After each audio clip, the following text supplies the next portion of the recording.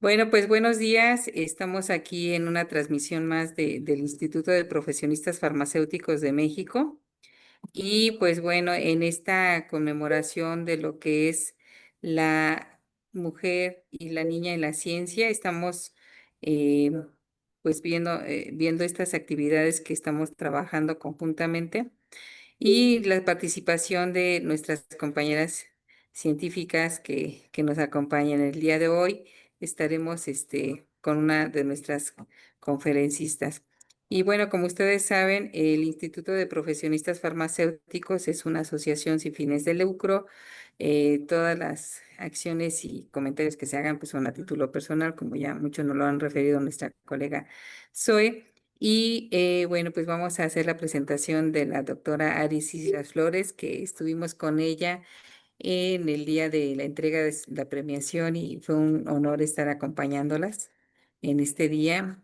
La doctora Aris Islas Flores es doctora en Ciencias Químicas, egresada de la Facultad de Química de la Universidad Nacional Autónoma perdón, la Universidad Autónoma del Estado de México, donde desde el 2013 se desempeña como investigadora.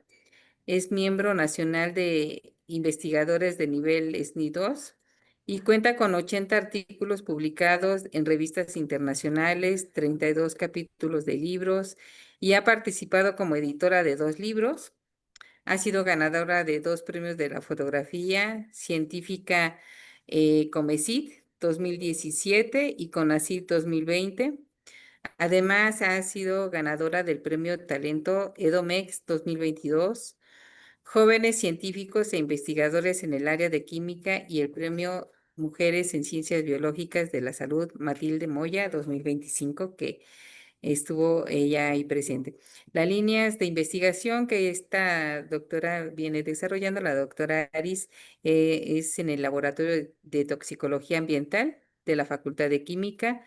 Se centra en evaluar los efectos tóxicos de diversos contaminantes emergentes presentes en efluentes industriales, municipales y hospitalarios del Estado de México, en organismos acuáticos con el fin de conocer el riesgo que presentan tanto en formas inalteradas como metabolismos y mezclas a la salud del medio ambiente y del ser humano.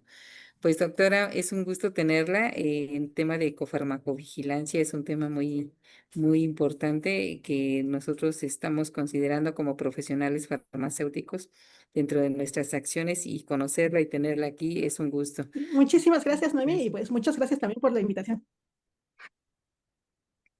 Pues ahora Sí, sí, muchas gracias. le dejamos el micro para que usted pueda conectarse y bueno, compartimos su pantalla y demás de lo que vaya a hacer. Le dejamos aquí el micro. Comparto Muchísimas la pantalla. gracias. Ok, la comparto. Gracias. Mm, Ahí ya estamos viendo, la verdad. Sí, aquí estamos viéndola. Muchas gracias.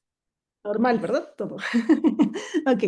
Bueno, pues antes que nada, pues muchísimas gracias por la invitación a estar con ustedes el día de hoy. Eh, un gusto volverte a ver por aquí, Noemí. Muchas gracias por la invitación. Y pues bueno, el tema que hoy nos convoca o estar el día de hoy aquí, pues es precisamente hablar sobre el impacto y los desafíos que tiene que ver con la ecofarmacovigilancia. Como nosotros sabemos, pues la salud es un estado que es muy preciado por el ser humano y pues para conservarla, pues nos valemos o utilizamos como herramientas a los medicamentos. Y estos pues son considerados de alta importancia a nivel social, más que cualquier otro producto en el mercado. Sin embargo, esto también puede conllevar, a pesar de que tenemos un beneficio de ellos, puede conllevar a ciertos aspectos negativos que tienen que ver con el ambiente. ¿A qué me refiero? Nosotros consumimos algún medicamento, sabemos que va a tener un proceso, ya sea de las diferentes vías de administración que utilicemos, va a tener un proceso farmacodinámico y farmacocinético. Dentro del farmacocinético va a llevar una absorción, una distribución, una biotransformación en la que se va a estar metabolizando para tratar más soluble para que pueda eliminarse más fácilmente. Sin embargo, cuando se eliminan estos fármacos o estos medicamentos, en la orina o a través de las heces se van a estar eliminando alrededor del 50 al 90% del fármaco en su forma inalterada o como metabolitos que pueden ser ya sea metabolitos activos, inactivos, pueden ser metabolitos tóxicos y pues esto nos va a llevar a que esos residuos o esos metabolitos que estamos eliminando pues viajen a través del desagüe y vayan a parar a las aguas residuales. El problema cuando llegan a estas aguas residuales es que, o me pueden decir, pues más bien, ¿cuál es el problema de que lleguen a estas aguas residuales, no? Si yo soy, no solamente me tomé ahí igual y una tableta porque me dolía la cabeza en la mañana y pues fue solamente una en el día, ¿no? Aquí el problema viene cuando ese consumo de medicamentos se va elevando, especialmente pues sabiendo que hay estadísticas que nos dicen que cerca del 70% de los adultos va a tomar al menos un medicamento que es recetado diariamente. Y si nos vamos a edades más avanzadas, pues sabemos que va a haber otro proceso que es la de polifarmacia, en la que no solamente vamos a estar tomando un medicamento, ¿no? Sino se pueden ir hasta 5 o más medicamentos diarios que necesitamos y dependiendo obviamente de la edad de las personas, de los procesos patológicos que tengan, enfermedades crónicas, etcétera, ¿no? Esta polifarmacia pues se va a presentar en mayores edades y aunado a esto, pues también tenemos otros procesos como la automedicación, en la que ya no solamente vamos con los medicamentos que nos está recetando nuestro médico, sino que también hay estudios que refieren de que en algunos países y dependiendo del contexto social, es decir, la, este, si se puede acceder o no se puede acceder a servicios de salud, puede aumentar también esta automedicación y pues hay veces que cuando no se tiene ese acceso, pues cerca o mayor al 80% de la población pues va a estar en este proceso de automedicación. Estos datos pues demuestran que ese consumo de medicamentos va en aumento año con año y si tomamos en cuenta que al día de hoy estamos hablando de que en el mundo, en todo el mundo, somos alrededor de 8.3 mil millones de personas y que se estima que para el año 2037 lleguemos hasta los 9 mil millones, estamos hablando pues que ese consumo de medicamentos también va a ir en aumento y con ello el riesgo que puede representar el que estos medicamentos pues se estén eliminando a los cuerpos de agua y que por ende tengamos una exposición a ellos a través de las concentraciones trazas que se encuentran en el agua. Entonces, pues otra, como forma, pues hay que ver también cómo es que llegan estos medicamentos al agua. Pues bueno, gracias a estudios que hay sobre esto en el tema, se pudo demostrar cuál era o establecer cuál es el ciclo de vida de los fármacos en el ambiente y podemos identificar que hay 3 vías principales por las cuales se va a estar llegando a estos medicamentos o generando esa contaminación ambiental. La primera es a través de la excreción humana y animal, como decíamos, una vez que nosotros los consumimos, recordando que los pacientes no solamente pueden ser los seres humanos, sino que también los animales se les está dando medicamentos, pueden ser de ambos.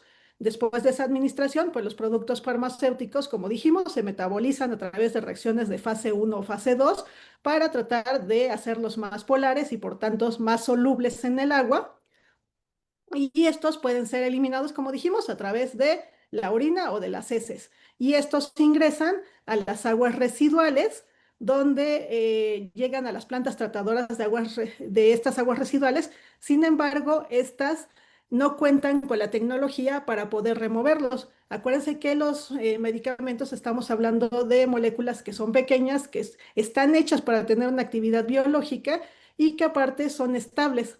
Entonces, esto hace que pueda pasar a través de las plantas tratadoras y llegar a ríos, lagos y al agua potable en última instancia. Otra vía puede ser a través del desecho inadecuado que tenemos en el hogar, cuando los medicamentos que nos sobran o los que ya están caducos, los vertimos o los tiramos en el lavabo o en el inodoro o incluso hasta en la basura doméstica que los llegamos a eliminar Y pues estos, una vez que llegan a los contenedores o los rellenos sanitarios, estos pueden estar filtrándose a través de la tierra para llegar otra vez a los cuerpos de agua y otra vez es un ciclo. Y la última vía sería a través de los efluentes de hospitales o de la misma industria durante su manufactura, durante el lavado, cuando em, se están haciendo estos medicamentos, donde están las tolvas, etcétera, los polvos, que se hace un lavado, entonces se puede estar llevando este tipo de medicamentos también a través de las aguas residuales municipales y recordar pues que aquí se van a unir con todas las aguas que también venían de los hogares, de los hospitales, de las industrias, todo va a ser como una mezcla, ¿no? Muy, muy grande. Y por tanto, esto nos lleva a ver que esta vía o esta entrada constante de los medicamentos al medio ambiente puede ocasionar un fenómeno que se llama como pseudopersistencia.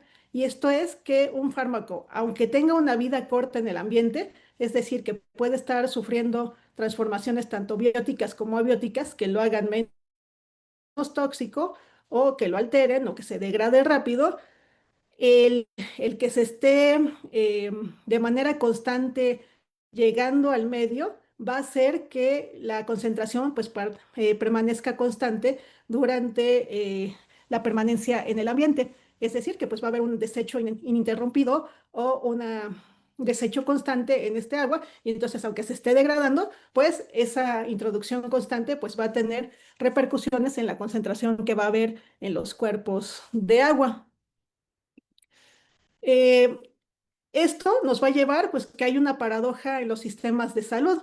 ¿Por qué? Porque por una parte estamos utilizando los medicamentos con un fin benéfico, ¿no? Para recuperar los estados de salud de las personas. Sin embargo, al curar a los individuos, pues vamos a estar generando también que el entorno o el medio ambiente se enferme. Y esto nos lleva a pensar también, pues, que los sistemas de salud están generando toneladas de residuos diariamente sin que se dé un tratamiento adecuado para que no tengan repercusión o riesgos ambientales. Por otra parte, necesitamos que haya un vínculo ya entre la farmacología y el saneamiento del agua para poder evitar que se presenten estos efectos tóxicos que puedan llegar a tener estos compuestos en el agua. Y pues el conflicto general es que la tecnología farmacéutica busca la eficacia en el paciente, pero va a ignorar la toxicidad ambiental post-consumo. Es decir, estamos muy centrados en la farmacología o más bien en la farmacovigilancia en el paciente, la seguridad del paciente, pero nos olvidamos muchas veces de que la salud pues es una sola. Entonces hay que hablar también de la salud del ambiente o de los organismos de los animales para tener una salud estable o un equilibrio en ellas. Y pues la otra es que también ya tenemos biofármacos que aún no sabemos cuál es el riesgo que pueden tener al ecosistema cuando no hay una regulación adecuada. En este caso, o pensando precisamente en estos conflictos que se están generando por la presencia de los fármacos o los medicamentos en el medio ambiente, es que se pensó que hay que pasar de la farmacología, de la farmacovigilancia tradicional en la que hablábamos de la seguridad del paciente, sí tomarla en cuenta, pero ahora abrir el panorama y empezar a ver que también tenemos que tomar en cuenta la seguridad del ambiente. Y entonces empezamos a darnos cuenta de la magnitud de la contaminación que puede representar estos medicamentos en el medio ambiente y reconocemos pues que varios estudios han detectado la presencia de productos farmacéuticos o de medicamentos, ya sea en aguas superficiales, en sedimentos, en agua potable, y esto ha sido alrededor de todo el mundo. De hecho, hay reportes de que más de 100 países ya han reportado esas concentraciones, lo vamos a ver más adelante en un pequeño mapa, pero con esto pues se puede llegar a considerar que los medicamentos también ya son omnipresentes en los cuerpos de agua, en los sistemas hídricos. ¿Por qué? Porque muchas veces no podemos decir que no está presente, porque a lo que me refiero es que el problema es que faltan estudios para determinar esas concentraciones Y no quiere decir que no esté, ¿no? Sino más bien que no hemos hecho esa determinación como para saber si está o no está, porque recuerden que las concentraciones de las que estamos hablando son de nanogramos por litro, microgramos por litro, que son muy pequeñas y que necesitamos de tecnología adecuada, HPLCs, etcétera, que nos permitan tener límites de detección que los que podamos ver esas concentraciones de esos medicamentos. Y bueno, así es como surge ya la ecofarmacovigilancia, que es definida como la ciencia y las actividades que están asociadas a la detección, a la evaluación, a la comprensión y a la prevención de los efectos adversos de los productos farmacéuticos en el medio ambiente. ¿Para qué? Pues precisamente para hacer visible esa contaminación que era invisible antes de que surgiera esta parte de esa ciencia. Y pues aquí para recordar que muchas veces en los procesos de ecotoxicología o de toxicología ambiental decíamos que la dilución era una solución, es decir, si lo que decíamos hace rato, si yo me estoy tomando solamente un medicamento, pues cuando llegue al agua se va a diluir con todo lo que venga en esa descarga municipal. Sin embargo, hay que recordar pues que no solamente es una persona, lo que decíamos, son 1.000 millones de personas que pueden estar tomando varios tipos de medicamentos y que en esos efluentes o en esas descargas municipales no vienen solamente esos contaminantes, sino ahí ya tenemos una mezcla muy grande, como por ejemplo metales, otro tipo de contaminantes emergentes, como pueden ser productos de cuidado personal, filtros solares, incluso productos de estilo de vida, como la cafeína, etcétera, ¿no? Entonces se van a estar haciendo interacciones que pueden hacer más tóxico a los compuestos que el compuesto original. Y bueno, esto de la ecofarmacovigilancia pues tuvo obviamente una historia por la que surgió y pues esta data alrededor del año de 1965 a 1977. Es decir, que pues que tiene más de 70 años que empezaron con estos tipos de estudios de los fármacos en el medio ambiente y esto empezó cuando se empiezan a preguntar qué es lo que podría pasar o de la posibilidad que podría haber de que, por ejemplo, los esteroides o los anticonceptivos pudieran tener algún efecto negativo sobre los animales o los humanos cuando ingresaran al medio ambiente y posteriormente, por ciclo del agua, pues pudieran llegar al agua potable a través de las aguas residuales.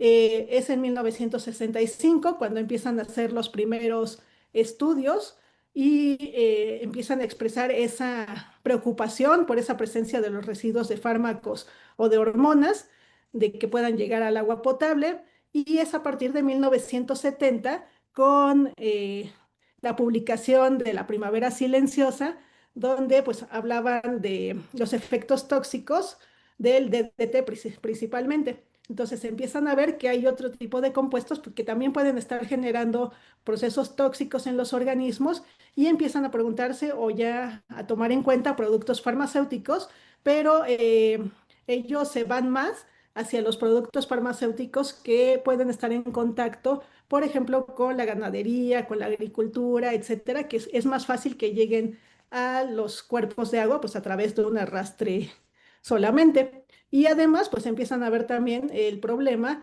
de mantenerlos en los hogares, las intoxicaciones, etcétera.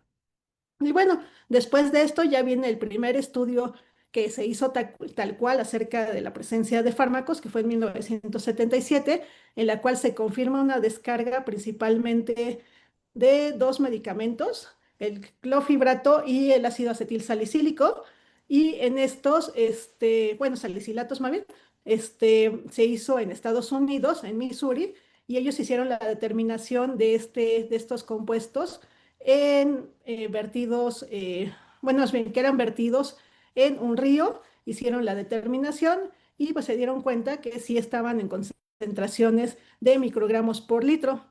Y bueno, la importancia de estos estudios pues va a radicar en que es la primera vez que se empiezan a reportar concentraciones de estos fármacos que son producidos o que son eliminados durante procesos industriales y que pueden ser detectados en los cuerpos de agua de ríos o de lagos. Posteriormente, viene un caso que ya fue el que llamó la atención un poco más a nivel mundial, y este fue el caso de la trucha arcoíris en 1994, en el que se colocaron jaulas que contenían truchas arcoíris en efluentes de 15 plantas tratadoras de aguas residuales que estaban distribuidas por toda Inglaterra. Y lo hicieron un estudio un poco más crónico, de más tiempo, y las dejaron expuestas de 1 a 3 semanas. Después regresaban y medían la cantidad o la concentración de vitalogenina en el plasma de los peces, y los resultados mostraron un aumento de 500 a 100.000 veces la concentración de esta proteína. Hay que recordar que esta proteína pues es importante en las hembras cuando forma parte de los ovocitos o de los huevos.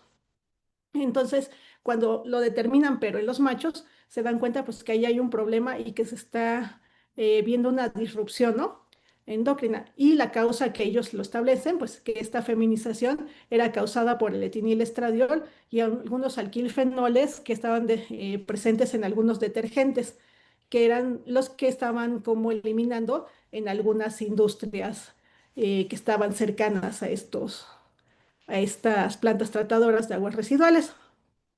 Bueno, después de esto empiezan a hacerse ya más estudios, se dan cuenta de que hay muchos compuestos que causan esta disrupción endocrina también, y empiezan a tomar ya como partido o en cuenta este tipo de fármacos como una alerta también, y a usar la concentración plasmática de la vitologenina como un marcador para los disruptores endocrinos.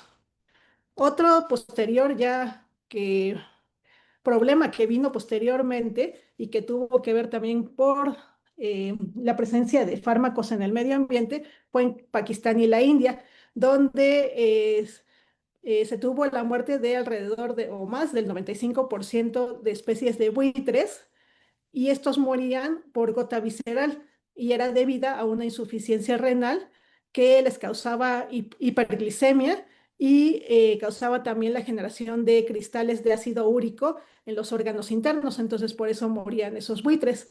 Se juntaron veterinarios, biólogos, etcétera, para ver qué era lo que estaba pasando con esta especie, y se dieron cuenta de que se estaban alimentando con organismos que habían estado expuestos a diclofenaco, ya que se había extendido su uso como analgésico y como antiinflamatorio alrededor del año de 1970. Entonces hicieron una determinación de diclofenaco y se dieron cuenta que estos cristales de ácido úrico o que estaban en el riñón también tenían residuos de diclofenaco. Y otra parte, pues que también buitres en cautiverio, que eran alimentados también con animales que estuvieron expuestos a este diclofenaco, también se morían de la misma forma que los buitres salvajes. Es de ahí que posteriormente el diclofenaco entra a una lista de vigilancia de la Unión Europea para controlar o tratar de dar un seguimiento de qué era lo que estaba pasando con este medicamento en el medio ambiente, y para poder saber si era necesario hacer una regulación sobre su concentración en el medio ambiente posteriormente.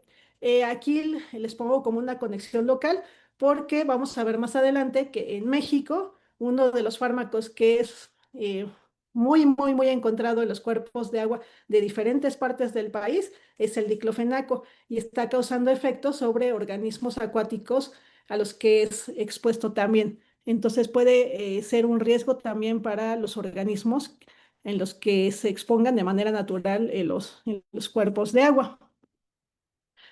Principalmente, dentro de los estudios que se han hecho, el diclofenaco ha causado estrés oxidativo, lipoperoxidación, genotoxicidad, citotoxicidad, daños histológicos, cambios en el comportamiento, hay cambios en biomarcadores, etcétera, ¿no? Entonces también hay que tener cuidado con ese fármaco. Si se hace un diagnóstico global, este es un mapa en el que se colocó o se hizo un mapeo de la presencia de fármacos en los cuerpos de agua, la cantidad de fármacos que estaban presentes en los cuerpos de agua. Los colores van desde claro al amarillo hasta más oscuros a los rojos, y esto indica la presencia de mayor cantidad de fármacos en los cuerpos de agua. Y bueno, esta detección se hizo en cuerpos de varios países, Y como yo les decía, si se dan cuenta, varios de los países industrializados son los que tienen mayor cantidad de estos fármacos. Se dice que pues, en este conteo pues, hay alrededor o más de 200 fármacos diferentes detectados, pero, por ejemplo, yo considero que aunque en varios países no esté representado o no esté de un color, no quiere decir que no estén presentes. Como decíamos, son omnipresentes. Entonces, más bien es que no hay estudios al respecto o no se ha reportado la concentración de estos fármacos, pero podríamos decir, o yo estoy casi segura de que sí va a haber si se hace un estudio. Entonces, de aquí la urgencia o la necesidad de que haya un mayor interés en la detección de fármacos en los cuerpos de agua. ¿Para qué? Para que lo que pasa desapercibido pues pueda ser visible y por tanto podamos prevenir la toxicidad de estos compuestos, ya sea en aguas de ríos, de lagos, de sedimentos, en agua subterránea, en agua potable y pues con esto pues podamos prevenir esa toxicidad. Y bueno, ¿qué pasa con México? Pues México es un escenario que es crítico también para esta problemática debido a toda la topografía que tiene, al sistema hídrico, recordando que hay muchas cuencas que no permiten la salida de esos fármacos, los mantienen en unos solos lugares, y esto hace, pues, que los estudios que se han realizado sí vayan en aumento ya. En este mapa les presento algunos que han reportado esa presencia de medicamentos. Dentro de los más importantes, pues se dan cuenta, son en el centro del país, es donde se realizan la mayor cantidad de estos estudios. Sin embargo, pues ha ido extendiéndose ya a diferentes estados y dentro de los fármacos en que se han detectado en mayor frecuencia, pues tenemos a los antiinflamatorios no esteroideos como naproxeno, ibuprofeno, diclofenaco, también tienen antibióticos, algunos como la metformina, derivados del estradiol, antidepresivos, etcétera, ¿no? Que tienen que ver también con la morbilidad de la población. Entre más se consuma de un tipo de medicamentos, pues es más probable que sea eliminado también en los cuerpos de agua en mayor cantidad. Y bueno, aquí lo importante es, como decíamos, que aparte de los fármacos originales, pues preocupan también sus metabolitos, sus productos de transformación, y esto porque pueden llegar a ser más tóxicos que los compuestos iniciales. Además, pues otro de los problemas que enfrentamos también en México con respecto a esta problemática de los medicamentos en el medio ambiente es que no contamos con una infraestructura que esté diseñada para tratar este problema, ya que la mayoría de las plantas de tratamiento de aguas residuales en el país pues utilizan medios o métodos biológicos que son convencionales, como los lodos activados, y que no son eficaces para eliminar este tipo de compuestos que dijimos, pues fueron diseñados para tener una actividad biológica y para ser persistentes. Además, también hay que considerar que una gran parte de esas aguas residuales no son tratadas. ¿Por qué? Porque no hay plantas de tratamientos de aguas y por tanto pasan directamente a ríos, a lagos sin ese tratamiento previo. Y otra es que esas aguas residuales, ya sean no tratadas o tratadas, pues también son utilizadas para los cultivos agrícolas. Entonces, todo esto hace que se cree como un ciclo donde los medicamentos pasan del agua al suelo, de ahí a las plantas y finalmente pues van a llegar al ser humano o al ganado. Recordando pues que así tenemos el paradigma del boomerang, ¿no? Que es lo que nos dice, que todo lo que nosotros estemos eliminando en este momento, de alguna u otra forma, pues van a regresar a nosotros. Eh, y por esto, pues hay que reconocer que existe un riesgo y que este puede estar expresándose por una exposición a este tipo de contaminantes que nosotros no estamos viendo, pero que están ahí presentes. Y por eso es que es importante, pues también realizar algunos estudios de toxicidad en organismos, pues para saber cuál es el efecto que pueden estar generándose en ellos y poder de alguna manera predecir qué es lo que pasará a una exposición posterior a este tipo de contaminantes. Bueno, dentro de los efectos adversos que se han observado, les puse solamente algunos ejemplos. La realidad es que estudios en efectos de medicamentos hay muchísimos. Si ustedes se ponen a buscar alguno en general, van a encontrar algún tipo de efecto que haya sido estudiado. Dentro de los más importantes tenemos la carbamazepina, que produce estrés oxidativo, como les decía, el diclofenaco, que produce el daño renal y alteración en branquias de algunos organismos acuáticos, el etinilestradiol, que produce la feminización en machos y la alteración de las gónadas, el propanolol, que produce desórdenes reproductivos y reducción de huevos viables, y pues los antibióticos, que es también como de los más conocidos o los más sonados, que sabemos que generan resistencia bacteriana y alteración de la microbiota. Y bueno, muchas veces cuando hablamos de estos efectos adversos, el escucharlos de esta manera nos hace pensar en que sí está generando un efecto, pero no muchas veces pensamos o vemos o necesitamos ver más bien qué es lo que está pasando. Entonces, ahorita les quise compartir una imagen que utilizo precisamente para explicarles este tipo de daños por la presencia o la exposición de medicamentos que están presentes en efluentes de industrias, de hospitales, de algunos fármacos, etcétera. Y pues este lo he presentado con algunos niños, con pláticas que he dado también con niñas de secundaria, de preparatoria, etcétera, como para que puedan entender un poquito o visibilizar un poco cuál es el efecto que tiene sobre algunos organismos acuáticos. En este caso son larvas de Xenopus laevis, que son ranas, son larvas de ranas, y si se dan cuenta del lado derecho, en la parte inferior, pareciera que ahí es donde empieza como el desarrollo, ¿no? Y muchas de las niñas también o de los niños cuando lo ven es lo que me dicen, es que es el desarrollo desde cómo se va formando hasta que hasta el final ya está la larva normal. Y cuando les explico que es al contrario, del lado izquierdo, la parte superior, es cuando tenemos una larva normal, pero que todas esas larvas de la imagen tienen la misma edad. Es una exposición de 96 horas a diferentes tóxicos. Esta es una compilación de diferentes tipos de tóxicos que hemos evaluado. Como les decía, diferentes fármacos, pueden ser efluentes generales ya de hospitales o de industrias.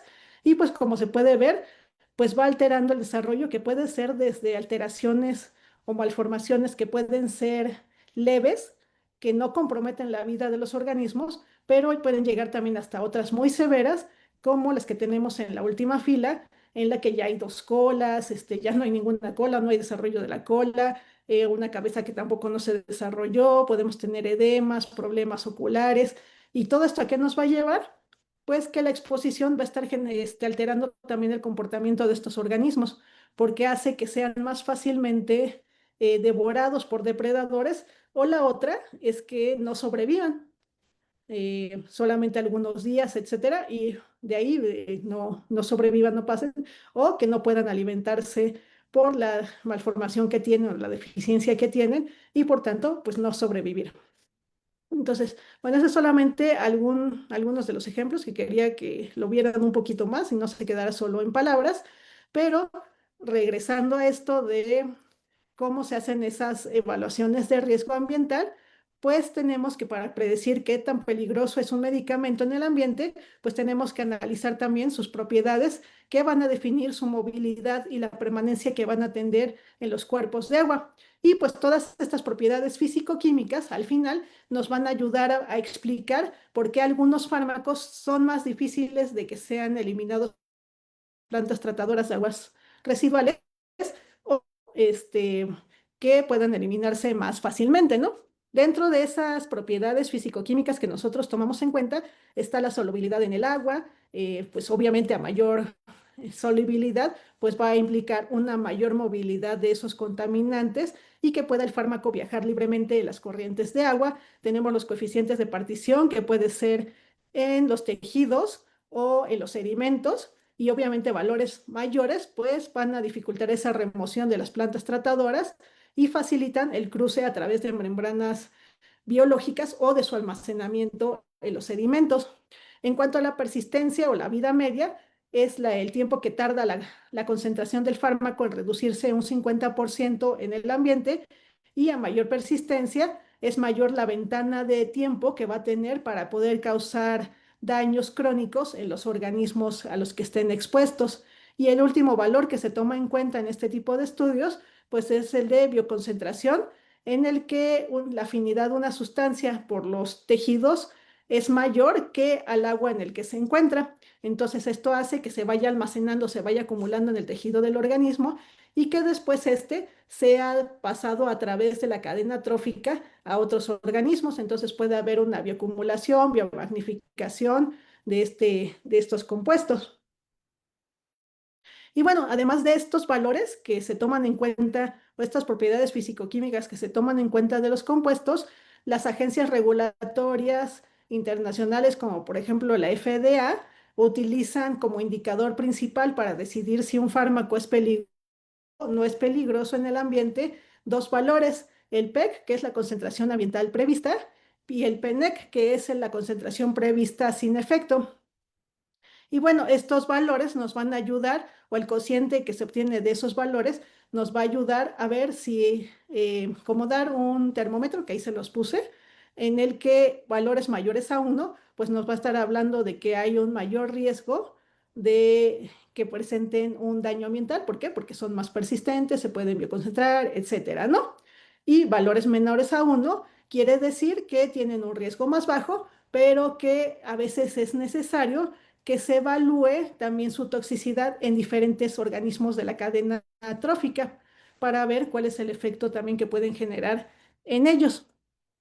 Y bueno, ¿qué se ha hecho al respecto? Ya les dije algo de los problemas que genera, pero ahora hay que ver qué es lo que se hace para que, para poder resolver la presencia de estos contaminantes en los cuerpos de agua. El primero que tomó como la batuta de hacer algo con respecto a estas concentraciones de medicamentos o ese riesgo fue la Unión Europea. Ellos publicaron una directiva en el año 2013 y establecieron listas de sustancias prioritarias en las que destacan que hay una necesidad de una acción urgente para proteger al medio ambiente acuático. La primera lista se publicó en el año 2015 y se actualiza cada 2 años. Y en estas, las primeras, por ejemplo, la primera lista incluía hormonas, antiinflamatorios, antibióticos y otros. Esta lista se va, como les digo, actualizando cada 2 años. Cada 2 años se tiene que hacer un análisis de todas las investigaciones que se han hecho al respecto para poder saber si son candidatos a una regulación futura. Otros países que también han hecho o tenido algunos avances en cuanto a la evaluación de riesgo ambiental, está por ejemplo Alemania, en el que realizaron esta evaluación de riesgo ambiental de 770 productos farmacéuticos que son para uso humano y concluyeron que aproximadamente el 10% de todos ellos representan un riesgo ambiental potencial y entre ellos los que tenían esos valores de su evaluación de riesgo mayor a uno o que eran más, más importantes, que eran, o prioritarios más bien para evaluarlos, eran las hormonas, antibióticos, analgésicos, antidepresivos y antineoplásicos. Y otro país, pues fue Irak, en donde también se aplicó este enfoque de priorización que estaba basado en el riesgo, pero de 99 de los fármacos. Ellos hicieron, más bien tomaron en cuenta el consumo que había de los fármacos en este país. Dijeron cuáles eran los 100 principales que, que se utilizaban en base a las ventas o lo que se consumía y en base a ellos hicieron una priorización basada en el volumen de ese uso y hicieron sus evaluaciones de riesgo ambiental y el estudio descubrió pues, que los antibióticos también, los antidepresivos y los analgésicos eran los fármacos de mayor prioridad en las aguas superficiales, en los sedimentos y en el medio ambiente de su país. Ahora, si recordarán un poco de lo que ya hablamos anteriormente, muchos de estos medicamentos también son de los que más se han encontrado en los cuerpos de agua de México. Entonces, no estamos muy lejanos a lo que está pasando, ¿no? En otros países. Posteriormente viene también ya como una manera de que viéramos de que no solamente es el trabajo que se puede realizar en un gobierno, sino que muchas veces las organizaciones civiles también tienen que ver con esta parte de la regularización. Por ejemplo, en Reino Unido hay una organización benéfica que se llama Chemtrust y que trabaja para proteger a los seres humanos y la vida silvestre de las sustancias químicas que son nocivas. y ellos pidieron y le pidieron al gobierno que hiciera responsable a la industria farmacéutica acerca de la gestión ambiental de los productos que ellos estaban vendiendo o que estaban generando dentro del país. Entonces es como pedirles que empiecen a hacer fármacos que sean más ecológicos por diseño y pues solicitan al gobierno del Reino Unido pues que actúen para reducir también el uso de productos farmacéuticos en agricultura, en acuicultura y que se continúe también con la investigación y el desarrollo para optimizar diferentes tecnologías de tratamiento de agua que les permitan garantizar la existencia pues de agua limpia para que sea en beneficio de toda la población. Y bueno, también en Estados Unidos tenemos a la EPA, que tiene pues también su enfoque en cuidar el agua potable y en ellos convocaron a un panel de expertos para revisar la información científica relacionada a las políticas existentes sobre los productos farmacéuticos y en su informe reportan concentraciones de 0,25 o 0,42 nanogramos por litro de algunos productos farmacéuticos, pero aquí ya en agua potable. Y estas concentraciones de las más altas teníamos algunos fármacos como la fenitoína, la carbamazepina, el gemibrosil y algunos antibióticos. Además de otros productos que también son muy consumidos en ese país, como por ejemplo el diazepam o la fluoxetina. Entonces, ellos empiezan a hacer también ya su lista de candidatos a contaminantes para posteriormente hacer una regulación de la concentración de estos fármacos. Y bueno, esto es como avances de algunos otros países, pero me van a preguntar, ¿y en México qué tenemos? Pues la realidad es que sí hay un vacío regulatorio en cuanto a la presencia de esos medicamentos en los cuerpos de agua. Tenemos normas, pero el problema es que no están enfocadas hacia los medicamentos. Por ejemplo, la norma 001 de Semarnat, que establece los límites de contaminantes en aguas residuales, pero no establece el de fármacos o medicamentos. ¿Por qué? Porque aquí el problema también es que para ellos no es un contaminante. Entonces, eso hay que revisarlo también. Norma 220, la de la farmacovigilancia, no define o no incluye tampoco a la ecofarmacovigilancia, la norma 052, identificación de residuos peligrosos, pero no especifica la clasificación de fármacos como un residuo peligroso dentro de los domicilios, aunque por concepto, pues sí debería de aplicarse también. Entonces, aquí el problema es que México carece de esa normativa específica que determine las responsabilidades y alcances de la evaluación del riesgo ambiental para los medicamentos y pues esas normas pues tienen esas brechas que son críticas, ¿no? Para la ecofarmacovigilancia. Aunque bueno, como dicen, ¿no?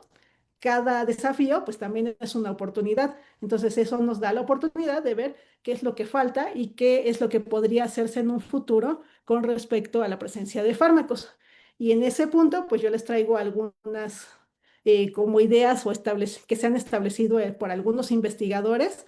Y en este caso, lo que decíamos de que se carece una normatividad específica de los límites de fármacos en el agua, en la situación en México, pues la propuesta es que empiecen a hacerse evaluaciones de riesgo ambiental o a pedirse o exigirse por parte de COFEPRIS para los nuevos registros de medicamentos, además de que se puedan establecer ya límites permisibles en el agua de algunos fármacos que sean prioritarios o que se demuestre que son un riesgo para los organismos.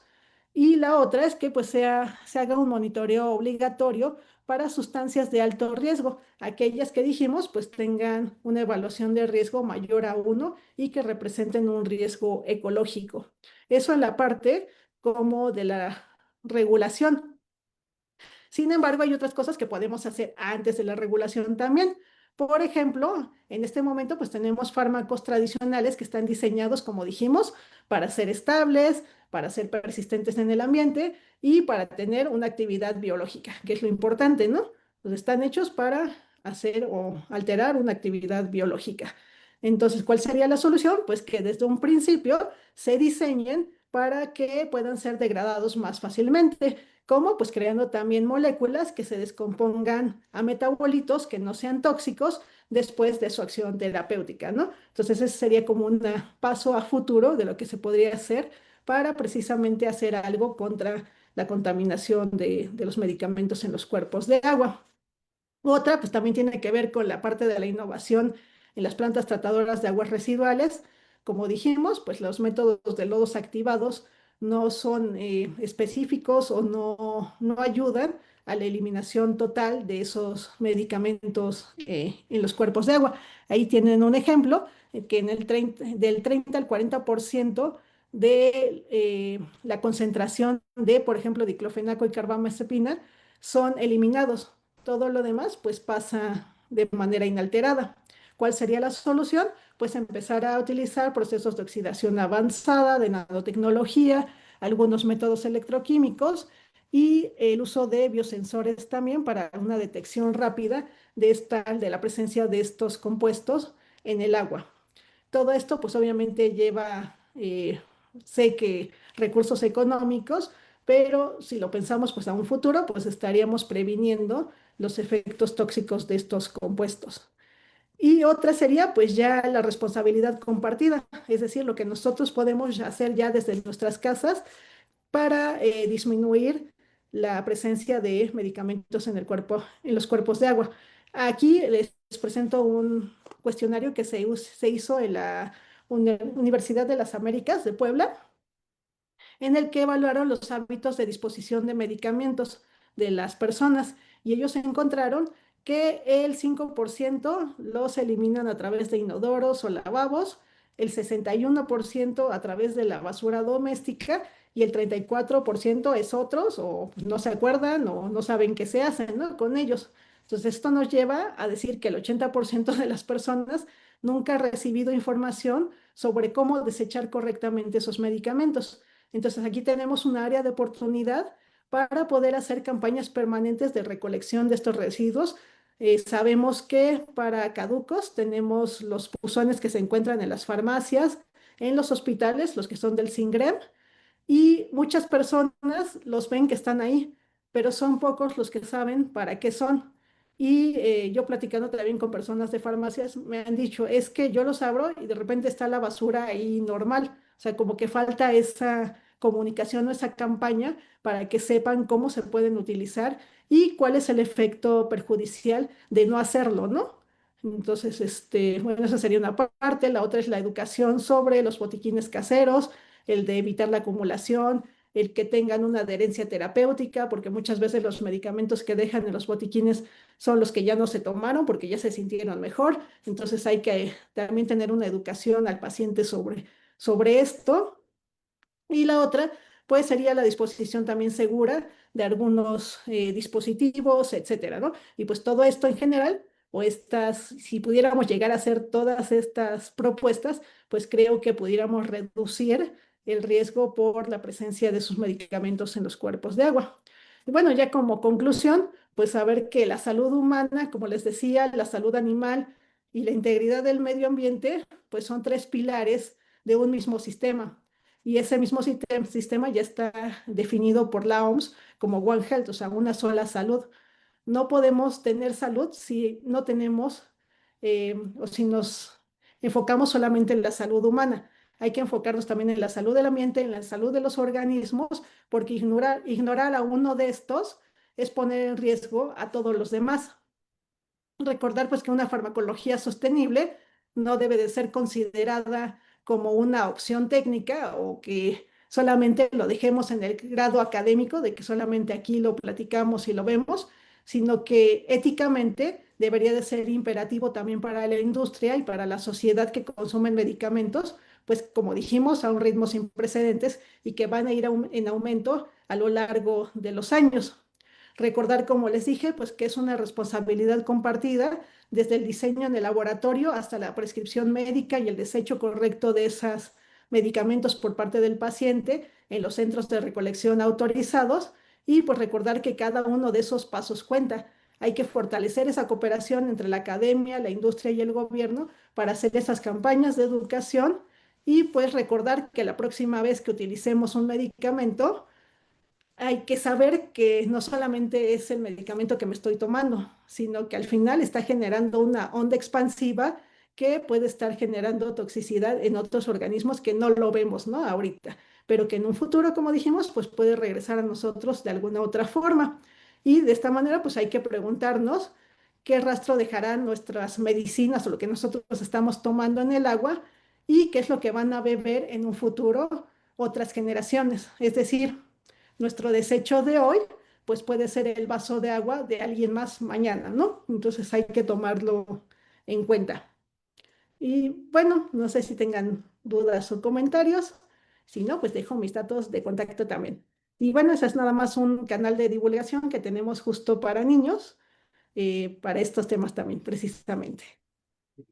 Sí, Pues muchas muchísimas gracias. gracias, Aris. Pues aquí muy contentos escuchándote porque pues es una responsabilidad social la que tenemos que también tener todos, aparte de los profesionales de la salud, que tenemos que ver que tenemos que seguir haciendo promoción a la salud en este sentido de cuidar el manejo y de los residuos que se mantengan. Aquí tenemos unas preguntas, no sé si tú tengas por allá, Lili. No, Si nos escuchas por ahí, Lili. Bueno, si no, déjame ver, por acá me parece haber visto una. Bueno, te mandan saludos de diferentes partes de aquí del México, de Quintana Roo, del Hospital de Milpa Alta, de Tlaxcala, Querétaro, Quintana Roo, de nuevo, del Hospital General de Milpa Alta de la Ciudad de México, Tlaxcala, Querétaro, de Perú, este, Gracias. y aquí de la FE Zaragoza, muchos alumnos que te están viendo. Gracias. Bueno, aquí viene una pregunta. ¿Ya no va a recoger medicamentos el SINGREM? Al menos en la Ciudad de México, en muchas unidades médicas ya no hay. Mm, desconozco la verdad, en Ciudad de México, acá en Toluca todavía están las campañas de recolección. Lo que sí he visto es que muchas veces estas campañas ya tienes que solicitarlas. O sea, ya es la misma institución o o por ejemplo, cuando hacen campañas de algunas semanas, de ponerlos en algunos lugares públicos para que pueda ir la gente ahí a desecharlos. Pero como les digo, y el problema es que muchas veces dejan los buzones ahí, donde hacen las campañas, pero nadie les explica para qué sirven. Entonces, he ahí Mm. ese problema. Pero la verdad es, conozco en la Ciudad de México, es buen comentario para revisarlo, porque pues sí es importante que se recolecte. Y ya ha sido un tema recurrente que nos preguntan sobre el SINGREM, que es una instancia que estaba apoyando para todo esto del desecho del medicamento y acudía a las unidades médicas a recogerlo. Acá tenemos otra pregunta. Dice, desde su experiencia, ¿cuáles considera que son los principales retos en México para evitar que los residuos de medicamentos lleguen a los mantos acuíferos y qué acciones deberían priorizarse desde el sector salud y regulatorio? Yo creo que el primero sí sería desde la parte regulatoria, empezar a darnos cuenta que las evaluaciones de riesgo son importantes, porque todo lo que no haces hoy, como dije, pues en un futuro nos va a dañar, ¿no? O sea, vamos a tener que hacerlo en algún momento. En algunos Ujú. momentos nos va a llegar ese punto, ¿no? De que tenemos que hacer esas evaluaciones. Entonces, yo considero que primero sería priorizar en qué medicamentos son los que más se consumen en el país, porque también si nos vamos a datos estadísticos, la verdad es que tampoco no es muy fácilmente obtenerlos, ¿no? O que estén disponibles. Entonces, primero sería priorizar qué medicamentos son los más consumidos, en base a estos hacer esas evaluaciones de riesgo y posteriormente con esas evaluaciones de riesgo, ya como por pasitos, pues irnos hacia lo más grande de tratar de hacer ya una normatividad, una regularización en la que se vean las concentraciones, se limiten las concentraciones de esos fármacos. Pero esos serían como los pasos grandes, ¿no? Si queremos pasos chiquitos, Sí. a lo mejor los primeros sería ya empezarle a dar ese valor a la ecofarmacovigilancia, como decíamos, no solamente dejarlo en farmacovigilancia, sino ya establecerlo dentro de las normas, que ahí está variante, y también empezarlos a ser visibles, ¿no? a darlos a conocer. Ok, no, pues es que sí es un reto muy grande. Acá hay otra pregunta que también se relaciona. Dice, ¿cómo puede fortalecerse la colaboración entre el sector salud, la industria farmacéutica y las autoridades ambientales para un manejo más seguro de los desechos de medicamentos? Pues ahí sí tendría que ser primero otra vez, cambiar esas como mentalidades de que todos hacen su parte por diferentes lados, sino más bien empezar a trabajar con un bien común, ¿no? Empezar a decir qué es lo que queremos hacer, pues reducir la concentración de medicamentos en los cuerpos de agua. ¿Qué es lo que podemos hacer desde la parte de la industria? Pues a lo mejor una planta tratadora de aguas residuales que sí funcione, que sea con métodos de oxidación avanzada, etcétera, verificar que lo que estamos eliminando no lleve más compuestos tóxicos de lo que deben de ser. En hospitales también, tal vez a nivel hogares, etcétera, sea más difícil, pero pues es un esfuerzo que se puede realizar con el fin de que en un futuro pues vamos a tener un beneficio todos, ¿no? Entonces, yo creo que sí son necesarias ya empezar a cambiar las infraestructuras que tenemos y para eso pues también hay que cambiar como la visión que tiene el gobierno acerca de las plantas tratadoras, etcétera, ¿no? Que sí hay que irlas mejorando, que hay otros compuestos que no solamente los fármacos, sino que hay otro tipo de contaminantes que también pueden estar generando algunos problemas. Estoy hablando, por ejemplo, de filtros solares, que también hemos visto que son extremadamente teratogénicos y que son de los que nos dicen diario ponte, ¿no? Antes de salir sin que nos digan que también puede tener un efecto tóxico al final, ¿no? O llevar algún riesgo. Sí. Este, como que hacer esas campañas de educación también a la población sobre el uso eficiente también de los medicamentos, la adherencia terapéutica, los botiquines y el desecho correcto de estos. Yo creo que esos son como pasitos pequeños que pueden hacer como entre todos esas campañas y pues que al final pues pueden generar cambios significativos. Hay un registro para que se registren ahí, ya se les puso aquí en el Zoom y en el Facebook para que puedan registrarse. Y la última pregunta, doctora, ¿qué mensaje le daría a las y los jóvenes científicos que desean trabajar en la intersección entre salud, ambiente y regulación? Que vayan. Estoy, estoy con ustedes. No los necesitamos. La verdad es que eh, después es difícil porque muchas veces nos quedamos solamente con la idea de que no es importante, ¿no? O sea, como nada más se trata, por ejemplo, del ambiente o de uno solo de ellos, de estos rubros, como que pensamos que todo lo demás no hay que tomarlo en cuenta. Yo lo que les decía, la salud es una sola. O sea, no hay que verla separada, la salud humana de la salud ambiental, de la salud de los organismos, porque un desbalance o una alteración en cualquiera de ellas, pues va a llevar una repercusión. Nosotros lo vimos también ya en el COVID, ¿no? ¿Qué pasó? Entonces, yo lo que les diría es que se animen, que nos hacen falta que si se dieron cuenta con la historia de México, nosotros llevamos ya un retraso de más de 10 años con respecto a otros países en este tema de, por ejemplo, de los medicamentos en los cuerpos de agua. Entonces es importante esa visión o esa manera que tienen de pensar para resolver los problemas a futuro. Yo como lo veo, pues nosotros ahorita lo que estamos haciendo es como abrirles el camino para que ustedes resuelvan los problemas en un futuro. Entonces sí lo necesitamos. No, pues es un reto grande para todos, y inclusive aquí, como lo dice nuestra querida Lili, el concepto de una salud, llevarlo a la práctica completamente, ¿no? Para no dañar ni el medio ambiente, ni la salud animal, bueno, salud animal, salud vegetal, salud humana, ¿no? Que física, Exactamente. prácticamente, y ambiental, que son las que tenemos que cuidar. Y en ese sentido, pues es un reto también, inclusive, pues ahorita dentro de su conversación que tuvo, me quedé reflexionando, y así como tenemos una norma de farmacovigilancia, pues la Ujú. de una norma de ecofarmacovigilancia, Ecofarmacovigilante. donde todos los que estemos involucrados en el contexto, digo, finalmente sí están las de salud, sí, salud ambiental, pero alguna que pudiera ser con esta especificidad, ¿verdad? Exactamente. O simplemente con las que ya están, con que lo tomen en cuenta, yo creo que ya Bueno, es ya un hacerlas, ¿no? importante. Ya llevarlas a cabo y tenerlas presentes. Pues muchísimas gracias, doctora, por este espacio que nos está brindando. Pues es un tema que para nosotros los farmacéuticos es de mucho interés. Algunos trabajos que hemos tenido con algunos otros colegas hemos trabajado sobre el tema. Es una prioridad tener esta sensibilidad.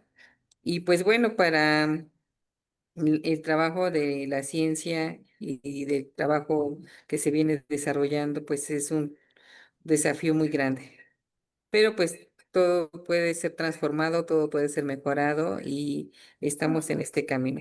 Y bueno, pues en este caso, en un mundo que necesita respuestas basadas en conocimiento, pues es fundamental seguir abriendo espacios para mujeres de ciencias, así como ustedes que nos están dando la oportunidad de estar aquí en voces de mujeres de ciencia. Gracias. Y bueno, pues estaremos aquí compartiendo con ustedes otros espacios. Ojalá que nos pueda brindar otro momento. Claro que sí. Pues muchísimas gracias. No sé si guste dejar algún mensaje. No, pues muchísimas gracias por la invitación. Realmente también estamos abiertos. Bueno, les dejé los datos de contacto. Si alguien estuviera interesado en participar en este tipo de investigaciones, con mucho gusto, aquí estamos esperándolos. Muchísimas gracias. Gracias, gracias a usted y a toda la audiencia que estuvo presente. Pues estaremos aquí transmitiendo todavía el día de mañana otro espacio que tenemos con otras científicas. Los invitamos, la invitamos, doctora, que también esté Sí, gracias. acompañándonos en el desayuno con aroma A y estarán otras compañeras científicas también acompañándonos. Pues muchísimas gracias, muy buen día, que tenga buena tarde y gracias a todos por estar presentes. Gracias. Hasta luego. Gracias, gracias por todo. Ahora sí, si gustan tener su registro para que no se les olvide y su constancia. Que estén muy bien. Hasta luego. Hasta luego. Gracias. Déjame ver si por aquí puedo poner el esto.